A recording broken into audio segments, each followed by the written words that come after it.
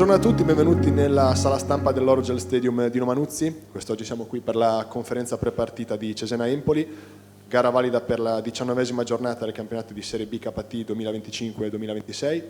Con noi è presente mister Michele Mignani, prego per le domande. Buongiorno mister e buon anno. Buongiorno. Allora, è finito il girone di andata, sta finendo, è finito il 2025, secondo me è un anno straordinario per il Cesena perché al ritorno in Serie B ha conquistato il diritto a giocarsi i play-off, adesso è ancora ai play-off e quinto in classifica, quindi per il Cesena e per te credo che possa essere considerato un anno davvero molto importante, straordinario, con risultati eclatanti. Ecco, secondo te ci sono stati dei momenti però non particolarmente positivi e se sì quali? E poi quali sono state le enormi soddisfazioni che sicuramente hai provato? Se facciamo il consuntivo del mio percorso qua a Cesena, io penso che sia sicuramente un bilancio positivo. Cesena è stata una squadra non promossa che ha condotto un campionato in tranquillità, con degli alti e dei bassi, ma come è normale, perché gli alti e i bassi ce li hanno quasi tutte le squadre, probabilmente anche quelle che arrivano prime.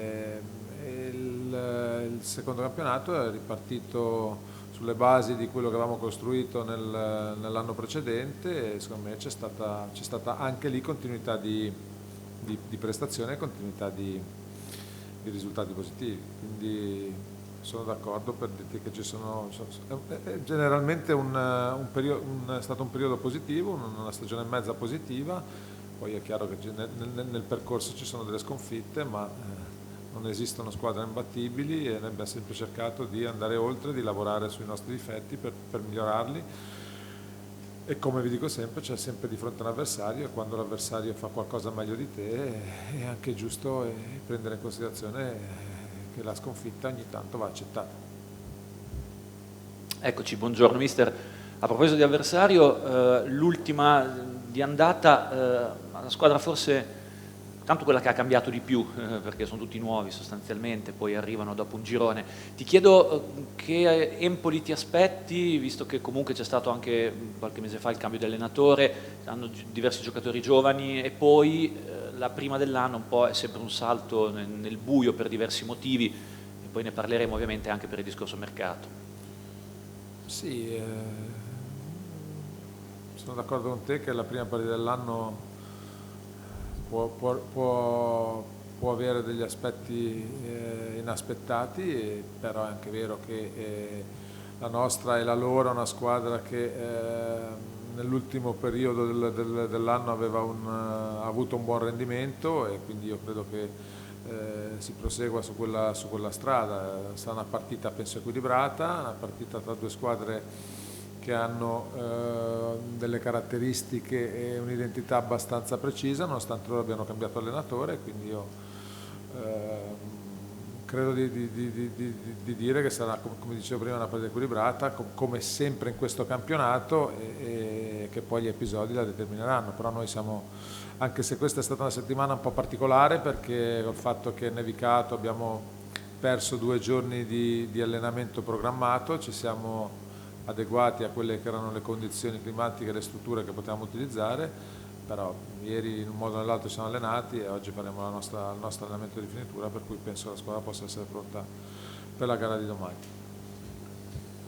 Ecco mister, al di là del campo, come diceva Luca, si è aperto da poco il mercato e le altre nella zona alta di classifica come voi si stanno già muovendo. Temi in questo momento possa crearsi un piccolo gap dal punto di vista tecnico se le altre intanto si rinforzano?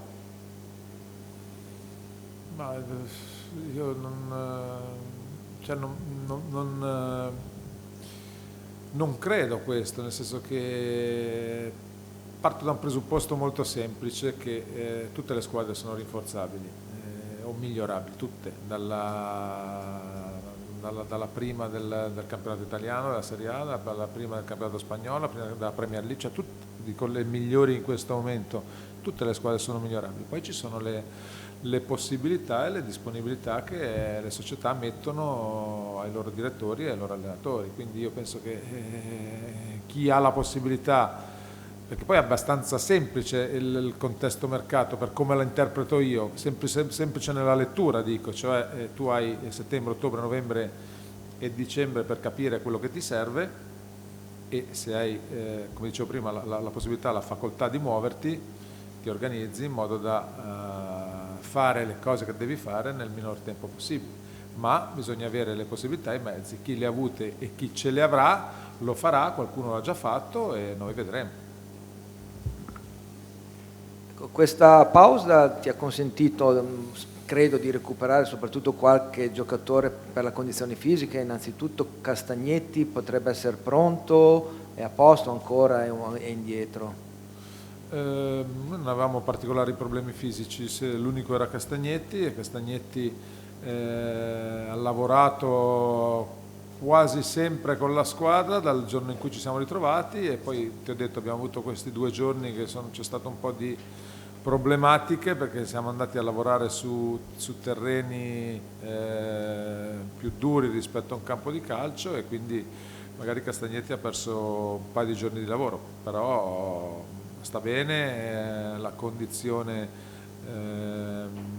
non credo che l'abbia persa, perché poi alla fine non è stato fermo tantissimo, facciamo ancora delle valutazioni, però è a disposizione. Idem Visoli, ormai è completamente recuperato. Sì, ma credo che Bisoli lo abbia già dimostrato alla partita di Catanzaro. Perfetto. Ascolta, cominci il mercato, c'è subito la sorpresa, cioè la richiesta da parte di Adamo di andare via. Sicuramente credo che tu non te l'aspettassi, come probabilmente non se l'aspettava nessuno. Ecco, da che cosa può essere dipesa una richiesta di questo genere? Io questo non lo so, perché bisognerebbe parlare con il ragazzo. Io con il ragazzo non ho parlato, e quando c'è una richiesta di un giocatore di andare via, la società ha la facoltà di accontentarlo facendolo andare via o tenerlo, magari facendo un braccio di ferro. La nostra società ha deciso di farlo andare nel giro di pochi giorni, la trattativa si è conclusa e noi abbiamo perso un giocatore che per me era un giocatore importante, perché mi ricopriva più ruoli, sia quello di esterno che quello di centrocampista. Sei d'accordo che per provare a migliorare, perché è indiscutibile che si lavori su quello, e lo hai detto tu poc'anzi, siano 3 le caselle da provare a riempire, perché numericamente a questo punto tu perdi un esterno, poi si è parlato di un centrocampista offensivo e soprattutto di un attaccante. È questo che ti aspetti? Io non mi aspetto niente. Io ti ripeto,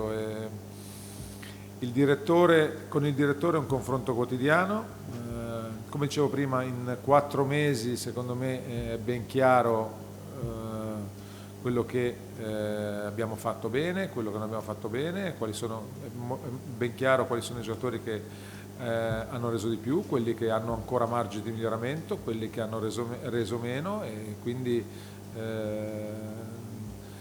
qualcosa in teoria ci servirebbe, e poi in pratica bisogna vedere quello che succederà. Faccio un piccolo passo indietro, mister, sull'Empoli, una squadra che, come si diceva anche prima, ha avuto qualche passo falso, il cambio di allenatore, però è apparsa molto in crescita nella gara contro il Frosinone, nell'ultima dell'anno. Quali possono essere le chiavi della partita, proprio da un punto di vista tattico, visto che è una squadra che, diciamo, numeri alla mano, gioca abbastanza a specchio con un'interpretazione diversa? L'equilibrio, la capacità di reggere l'urto dei loro attaccanti, io parlo per noi, di reggere l'urto dei loro attaccanti, il trovare dei momenti per andare a far male, avere pazienza, avere la capacità di lettura dei momenti della partita, la capacità di capire che non si può sempre avere il pallino del gioco in mano.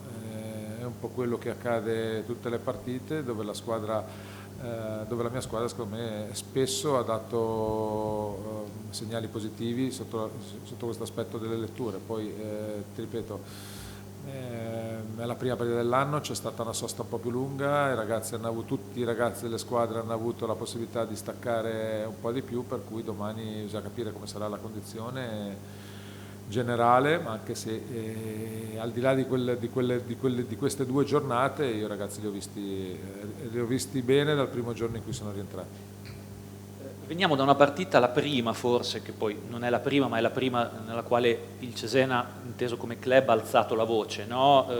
E parlo degli episodi di Catanzaro. Non torno agli episodi di Catanzaro, anche perché non penso abbia senso. Ti chiedo però, visto che si parla tanto in questi giorni anche in Serie A, loro hanno ricominciato prima, del VAR, dell'utilizzo del VAR, delle interpretazioni che ormai scombussolano tutte le partite, ci sono pochissime linee guida chiare. Ti posso chiedere un tuo pensiero, visto che appunto a Catanzaro non l'hai espresso, te lo chiedo in ritardo, ma non tanto sulla partita di Catanzaro, proprio per un discorso generale. Ecco. Insomma, hai riassunto bene te nella domanda.